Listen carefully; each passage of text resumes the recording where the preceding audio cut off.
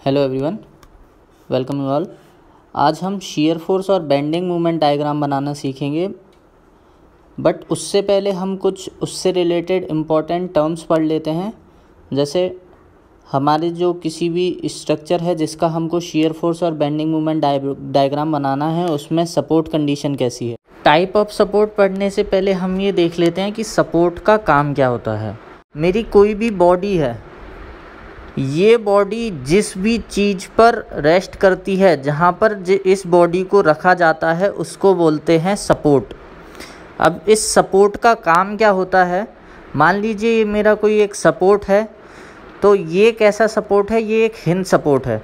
तो ये hinge support क्या करेगा, इस स्ट्रक्चर से आने वाले वर्टिकल लोड और इस स्ट्रक्चर से आने वाले किसी भी हॉरिजॉन्टल लोड को रेजिस्ट करेगा। रेजिस्ट कैसे करेगा, ये जो वर्टिकल लोड है इसको रोकने के लिए ये एक इंटरनल रिएक्शन जनरेट करेगा। ये क्या जनरेट करेगा, एक वर्टिकल रिएक्शन जो क्या करेगी, इस लोड को रेजिस्ट करेगी। तो ये तो मेरा हो गया वर्टिकल लोड को रेजिस्ट करने के लिए वर्टिकल रिएक्शन जनरेट हो गई।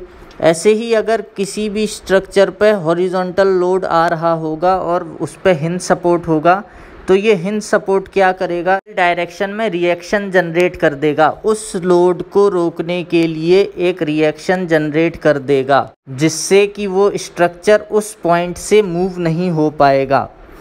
वहीं पर अगर मैं दूसरे सपोर्ट, जैसे मेरा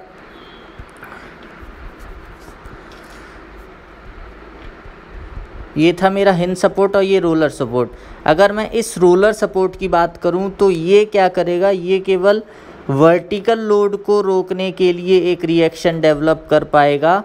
अगर इस पे हॉरिजॉन्टल लोड आता है, अगर इस पे हॉरिजॉन्टल लोड आता है और यहाँ पर हिंज सपोर्ट नहीं होता, तो ये बीम क्या करेगी, इस रोलर सपोर्ट के साथ चलने लग जाएगी। तो ये हमारा काम होता है सपोर्ट का, कि वो किसी भी स्ट्रक्चर पर आने वाले लोड के साथ किस तरह से बिहेव करता है और उस पर किस तरह से उसको रोकने के लिए, लोड को रोकने के लिए रिएक्शन जनरेट करता है। तो मेरी 3 प्रकार की रिएक्शन होती हैं। एक वर्टिकल रिएक्शन जो वर्टिकल लोड को रोकने के लिए आती है, दूसरा हॉरिजॉन्टल रिएक्शन जो हॉरिजॉन्टल लोड को रोकने के लिए आती है, तीसरा मेरा होता है मोमेंट, जो किसी भी स्ट्रक्चर को घूमने से, मोमेंट मतलब घूमना, तो किसी भी स्ट्रक्चर को घूमने से रोकती है। तो ये 3 मेरी रिएक्शन होती हैं जो जनरेट होती हैं अगर मेरा कोई भी सपोर्ट वहाँ पर एक्ट कर रहा है। तो अब इनमें से कौन सी रिएक्शन जनरेट होंगी वो डिपेंड करेगा कि हमारा सपोर्ट कैसा है। हम पढ़ लेते हैं टाइप ऑफ सपोर्ट, कितने प्रकार के सपोर्ट होते हैं। तो पहला मेरा सपोर्ट है 2D हिंज सपोर्ट। तो वह सपोर्ट जो हॉरिजॉन्टल लोड और वर्टिकल लोड दोनों को रेजिस्ट करता है, उस टाइप के सपोर्ट को बोलते हैं 2D हिंज सपोर्ट। मेरा नेक्स्ट सपोर्ट है 2D रोलर सपोर्ट। तो वह सपोर्ट जो केवल वर्टिकल लोड को रेजिस्ट करे, उस सपोर्ट को बोलेंगे रोलर सपोर्ट। ये मेरा डायग्राम है रोलर सपोर्ट का। तो जो केवल वर्टिकल लोड को रेजिस्ट करेगा वो होगा मेरा roller support. Next support 2D fix support या बिल्ट इन सपोर्ट, या इसको रिजिड सपोर्ट भी बोलते हैं। तो वह सपोर्ट जो मेरा हॉरिजॉन्टल लोड, वर्टिकल लोड और मोमेंट तीनों को रेजिस्ट करे, मतलब ना तो उसमें हॉरिजॉन्टल मूवमेंट अलाउड है, ना ही वर्टिकल मूवमेंट अलाउड है, ना ही रोटेशन अलाउड है। इस प्रकार के सपोर्ट को मैं क्या बोलता हूँ, 2D फिक्स सपोर्ट या रिजिड सपोर्ट। नेक्स्ट सपोर्ट है मेरा गाइडेड रोलर सपोर्ट। तो वह सपोर्ट जो केवल एक ही डायरेक्शन में मूवमेंट को अलाउ करे, उस टाइप के सपोर्ट को हम बोलते हैं गाइडेड रोलर सपोर्ट। तो यहाँ पे मुझे डायग्राम दिख रहा है गाइडेड रोलर सपोर्ट का। तो इस केस में केवल हॉरिजॉन्टल मूवमेंट अलाउड है। इसका मतलब क्या है, मुझे वर्टिकल रिएक्शन मिलेगी और मोमेंट मिलेगा। नेक्स्ट सपोर्ट है फिक्स्ड सपोर्ट। ये अभी तक सपोर्ट पढ़े ये सारे 2D सपोर्ट्स थे। अब नेक्स्ट मेरा सपोर्ट है 3D सपोर्ट। नेक्स्ट सपोर्ट है मेरा 3D फिक्स सपोर्ट। तो अभी तक हमने जो सारे सपोर्ट्स पढ़े थे वो 2D थे, अब हम 3D सपोर्ट्स पढ़ रहे हैं। तो अब हमको इसमें 3 डायरेक्शन कंसिडर करके चलना पड़ेगी, X, Y और Z। तो ऐसा सपोर्ट जो तीनों डायरेक्शन में हमको लोड के अगेंस्ट रेजिस्टेंस प्रोवाइड करता है, उस टाइप के सपोर्ट को बोलते हैं फिक्स सपोर्ट। तो फिक्स सपोर्ट में हमको टोटल 6 रिएक्शन मिलेंगी, तीन हमको रिएक्शंस मिलेंगी और 3 हमको मोमेंट मिलेंगे जो हमें रेजिस्टेंस प्रोवाइड करेंगे किसी भी लोड के अगेंस्ट में।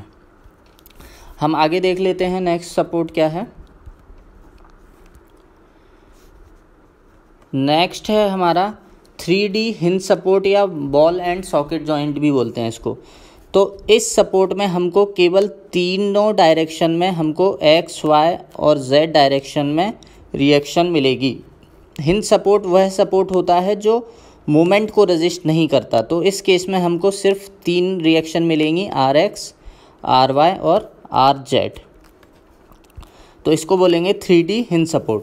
नेक्स्ट है मेरा स्टेबिलिटी कंडीशन फॉर स्ट्रक्चर्स। अब मैं स्टेबिलिटी कंडीशन देख लेता हूँ कि मान लीजिए ये मेरा स्ट्रक्चर है, वो अगर स्टेबल है तो उसके लिए क्या क्या कंडीशन फॉलो होना चाहिए। तो नेक्स्ट मैं देख लेता हूँ पहली स्टेबिलिटी कंडीशन क्या है। A body is in stable condition if it does not undergo rigid body displacement. मतलब ये मेरी बॉडी, मान लीजिए सपोज़ ये कर लीजिए ये कोई बॉडी है, तो ये बॉडी तब तक स्टेबल है जब तक इसमें कोई रिजिड बॉडी डिस्प्लेसमेंट नहीं हो रहा। मतलब मेरी ये बॉडी जब तक अपनी जगह से डिस्प्लेस नहीं होगी तब तक ये कैसी रहेगी, स्टेबल। नेक्स्ट हम देख लेते हैं to prevent rigid body motion a minimum 3 support reaction are required which should be non parallel, non concurrent and non trivial. तो किसी भी बॉडी में रिजिड बॉडी मोशन रोकने के लिए हमको 3 रिएक्शन चाहिए होती हैं, जो कि कैसी होनी चाहिए, नॉन पैरेलल होनी चाहिए, मतलब ये तीनों रिएक्शन पैरेलल नहीं होनी चाहिए। नॉन कॉन्करेंट मतलब एक ही पॉइंट पे आके नहीं मिलनी चाहिए। मतलब अगर ये रिएक्शंस मान लो मेरी कोई भी एक ही पॉइंट पे आके मिलती हैं तो इस टाइप की रिएक्शंस को हम बोलते हैं कॉन्करेंट रिएक्शन। तो मेरी ये तीनों रिएक्शन एक ही पॉइंट पे आके नहीं मिलनी चाहिए। और तीसरा है नॉन ट्रिवियल। नॉन ट्रिवियल का मतलब होता है उनकी वैल्यू 0 नहीं होनी चाहिए, मतलब कुछ ना कुछ वैल्यू होनी चाहिए, तभी हमारा जो बॉडी है वो उसमें रिजिड बॉडी मोशन नहीं होगा। नेक्स्ट पॉइंट हम देख लेते हैं types of beams. Type of beam में सबसे पहली बीम आती है सिंपली सपोर्टेड बीम। तो हमें नाम से पता चल रहा है जो बॉडी 2 सिंपल सपोर्ट पर रेजिस्ट करे, जो बीम 2 सिंपल सपोर्ट्स पर रेजिस्ट करे उस टाइप की बीम को हम बोलते हैं सिंपली सपोर्टेड बीम। नेक्स्ट है मेरी फिक्स्ड बीम। तो जो बीम दोनों एंड से फिक्स्ड हो उस टाइप की बीम को हम बोलते हैं फिक्स्ड बीम। थर्ड टाइप की बीम है मेरी कैंटिलीवर बीम। कैंटिलीवर बीम जिसका एक एंड फिक्स हो और एक एंड फ्री हो उस टाइप की बीम को हम बोलते हैं कैंटिलीवर बीम। इसमें मेरी चौथी बीम और आती है जिसको हम बोलते हैं कंटिन्यूअस बीम। तो कंटिन्यूअस बीम क्या होती है, वह बीम जो एक से ज़्यादा सपोर्ट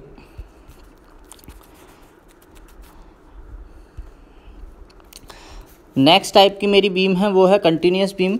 तो वह बीम जो मेरी एक से ज़्यादा सपोर्ट 2 से ज़्यादा सपोर्ट पर रेस्ट करती है उस टाइप की बीम को हम बोलते हैं कंटिन्यूअस बीम।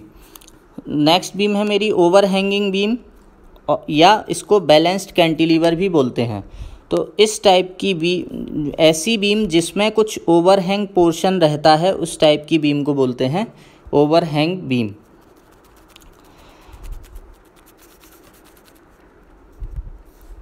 नेक्स्ट हम देखते हैं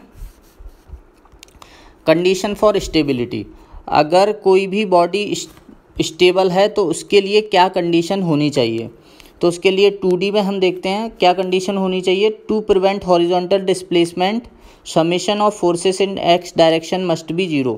मतलब किसी भी बॉडी पर लगने वाले हॉरिजॉन्टल फोर्सेस का सम क्या होना चाहिए, 0 होना चाहिए। सिग्मा H = 0 होना चाहिए।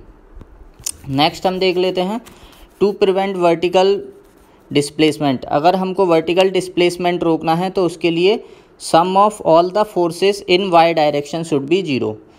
एंड थर्ड पॉइंट है मेरा, to prevent rotation of body about Z axis sigma M Z should be 0। तो ये मेरी 2D में किसी भी बॉडी को स्टेबल रखने के लिए ये 3 कंडीशन है।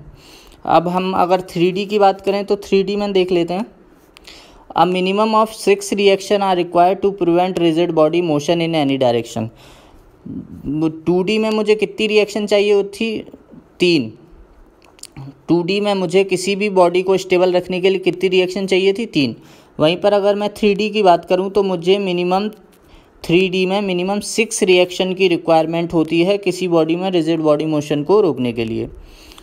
तो hence following 6 reaction must be satisfied. कौन कौन सी 6 इक्वेशन है जो सेटिस्फाई होनी चाहिए? Sigma F x equal to 0, sigma F y equal to 0, sigma F z equal to 0। ये तो 3 मेरी रिएक्शन हो गई, और 3 sigma M x is equal to 0, sigma M y equal to 0 and sigma M z is equal to 0। All the above 6 reaction should be non concurrent, non coplanar and non trivial. ये सारी मेरी जो 6 reaction हैं ये भी कैसी होनी चाहिए? नॉन कॉन्करेंट होनी चाहिए। कॉन्करेंट अभी मैंने पिछले पॉइंट में बताया कि वह जब नॉन कॉन्करेंट क्या होता है? जब मेरे सारी रिएक्शंस एक पॉइंट पे आके ना मिलें तो उसको हम बोलते हैं नॉन कॉन्करेंट।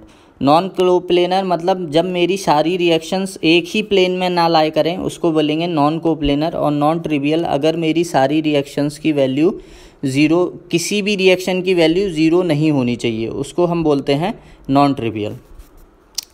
तो ये कंडीशंस थी हमारी। किसी भी शियर फोर्स और बेंडिंग मोमेंट डायग्राम बनाने से पहले हमको ये चीज़ें ध्यान में रखनी होती हैं। तो आइए अब हम शियर फोर्स डायग्राम बनाने से पहले समझ लेते हैं कि शियर फोर्स और बेंडिंग मोमेंट होते क्या हैं। तो सबसे पहले शियर फोर्स क्या होता है? Shear force refer to force acting along a body surface. मतलब कोई भी बॉडी सरफेस है उसके अलोंग मतलब परपेंडिकुलर डायरेक्शन में जो फोर्सेस एक्ट करते हैं उनको हम क्या बोलते हैं? Shear force. In other words, the force which tries to shear off the beam at particular section is called shear force। क्या बोल रहे हैं? अगर कोई भी फोर्स है जो बीम को shear ऑफ करने की कोशिश करता है, मतलब बीम को तोड़ने की कोशिश करता है, उस फोर्स को बोलते हैं हम shear फोर्स। मान लीजिए एक एग्जांपल है, यहाँ पर एक सिंपली सपोर्टेड बीम बनी हुई है। तो इसमें जो फोर्सेस W1, W2 और W3 जो लग रहे हैं वो क्या है? मेरे शियर फोर्स। क्योंकि ये फोर्स क्या करेंगे? हमारी बीम को, ये जो बीम है इसको शियर करने की कोशिश करेंगे, इसलिए इनको शियर फोर्स बोलते हैं। तो जब भी मैं शियर फोर्स कैलकुलेट करूँगा तो वो किसी एक सेक्शन पे कैलकुलेट करूँगा। ये एक सिंपली सपोर्टेड बीम है, मान लीजिए इस सेक्शन पे मुझे शियर फोर्स कैलकुलेट करना है। तो इस सेक्शन के या तो लेफ़्ट में या राइट में जितने भी फोर्सेस होंगे उन सब के समेशन को मैं बोलूँगा शियर फोर्स। और इसमें साइन कन्वेंशन का भी ध्यान रखना है कि मुझे कब पॉजिटिव साइन लेना है और कब नेगेटिव साइन लेना है।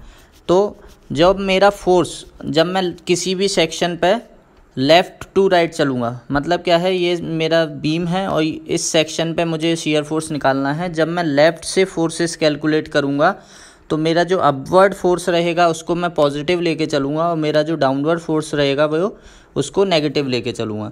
वहीं पर अगर मैं राइट से शियर फोर्स कैलकुलेट करता हूँ तो मैं अपवर्ड फोर्स को नेगेटिव लेके चलूँगा और डाउनवर्ड फोर्स जो है उसको पॉजिटिव लेके चलूँगा। ये साइन कन्वेंशन का ध्यान रखना है।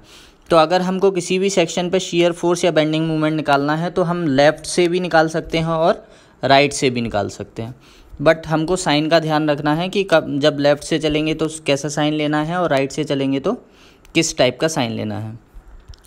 नेक्स्ट हम पढ़ लेते हैं बेंडिंग मोमेंट क्या होता है। Bending moment at any point along a loaded beam में be defined as sum of moments due to all vertical forces acting on either side or point of the beam। मतलब क्या है?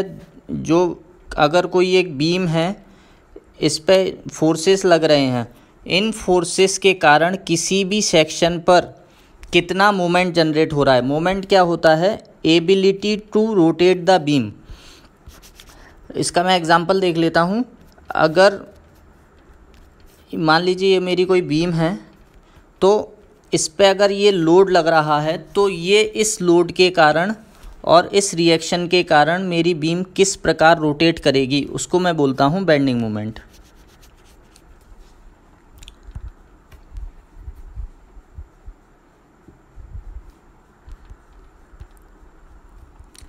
Next हम देख लेते हैं बेंडिंग मोमेंट क्या होता है। Bending moment at any point along a loaded beam में be defined as sum of moments due to all vertical forces acting on either side of point on the beam. तो moment क्या होता है, जब किसी भी बॉडी पर load लगता है तो वो उस लोड के कारण बॉडी क्या है, मूवमेंट करना, बॉडी में मूवमेंट होना शुरू होता है।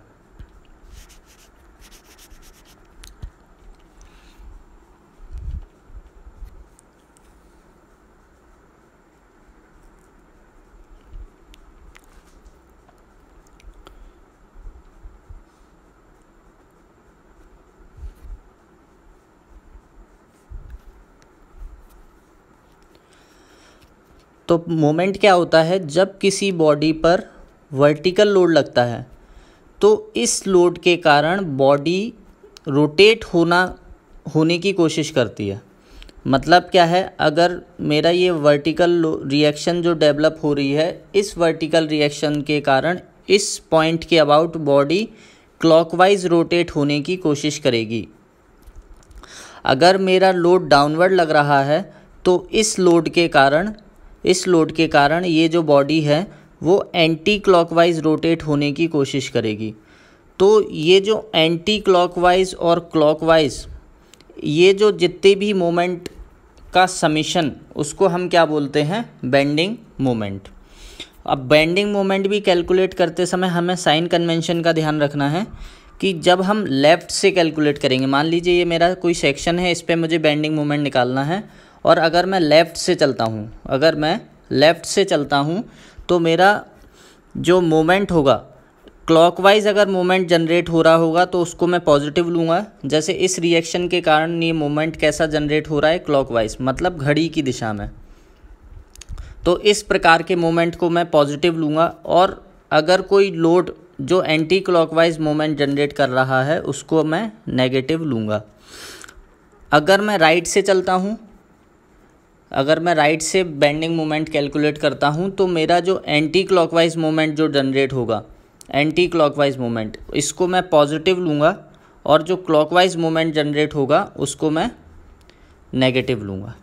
तो ये जो इम्पोर्टेंट साइन कन्वेंशन है जो हमको ध्यान रखना है शियर फोर्स और बेंडिंग मोमेंट कैलकुलेट करते समय।